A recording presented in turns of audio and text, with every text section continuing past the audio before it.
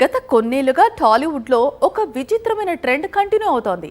ఎవరైనా కొత్త కథానాయిక 1-2 సినిమాలకు సంబంధించి డేట్స్ లాక్ అయితే చాలు, ఆటోమేటిక్గా మరో 4 కొత్త చిత్రాలు క్యూ కడతాయి.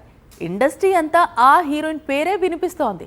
ఒకప్పుడు కృతి శెట్టి, ఆ తర్వాత శ్రీలీల, ఇప్పుడు మరో కథానాయిక కూడా అలాగే ఆఫర్స్ అందుకుంటూ దూసుకుపోతోంది. ఈ ఏడాది టాలీవుడ్ బాక్స్ ఆఫీస్ దగ్గర సర్ప్రైజ్ హిట్ కొట్టిన కపుల్ ఫ్రెండ్లీ మూవీ హీరోయిన్ మానస వారణాసికి ఇప్పుడు తెలుగు సినీ పరిశ్రమ రెడ్ కార్పెట్ పరుస్తోంది.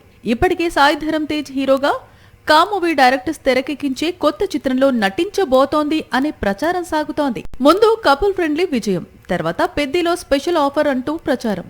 ఇవి మానస డేట్స్ కు క్రేజ్ తెచ్చాయి.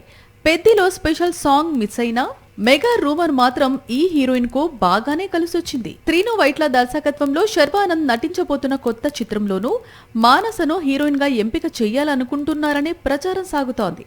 గతంలో ఇదే రోల్ కోసం డ్యూడ్ హీరోయిన్ మమితా బైజు పేరు పరిశీలనలోకి వచ్చింది. మమిత ప్రస్తుతం సూర్య కొత్త చిత్రం విశ్వనాథ్ అండ్ సన్స్ రిలీజ్ కోసం ఈగర్ గా వెయిట్ చేస్తోంది. అయితే ఇప్పుడు మమిత స్థానంలో మానస వారణాసికి అవకాశం ఇవ్వాలనుకుంటున్నారట. మిస్ ఇండియాగా అందాల కిరీటాన్ని సొంతం చేసుకుని సినిమా రంగంలోకి అడుగుపెట్టిన లిస్ట్ లో మానస పేరు చేరుతోంది. పైగా తెలుగు అమ్మాయి. దేవకీ నందన వాసుదేవ చిత్రంతో వెండితెరకు పరిచయమైంది. కపుల్ ఫ్రెండ్లీతో కెరీర్ మలుపు తిరిగింది. ఈ చిత్రంలో ఎలాంటి మేకప్ లేకుండానే మానస నటించడం విశేషం.